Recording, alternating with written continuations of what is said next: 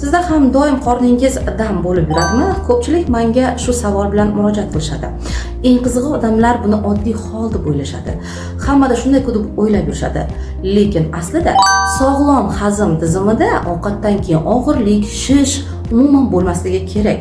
Ko'pchilik odamlar buni karamdan, no'xatdan yoki boshqa mahsulotlardan ko'rishadi. Lekin sabab har doim ham ovqatdan bo'lavermaydi. Ba'zan bu oshqozon, fermentlar, stress yoki ichak faoliyati bilan bog'liq bo'lishi mumkin. Shuning uchun har doim ham qorindan bo'lishni oddiy hol deb qabul qilib yurmang. Chunki sog'lom hazm tizimida ovqatdan keyin og'irlik emas, ya'ni ovqat sizdan energiyani olishi emas, ovqat sizga energiyani berishi, ya'ni kuch-quvvat, yengillik berishi kerak. Lekin eng qizig'i, ko'pchilik muammoni aynan shu yerdan boshlanganini sezmaydi ham. Bu shunchaki noqulaylik emas, balki organizmni yordam so'rab qilayotgan murojaatidir.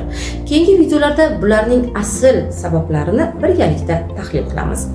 Sog'ligingizga to'g'ri investitsiya qilish va salomatlik yo'lidagi ilk qadamni tashlash uchun profil shapkasidagi havola orqali Telegram kanalimga obuna bo'ling va biz bilan birga sog'lom yengillikni his qiling.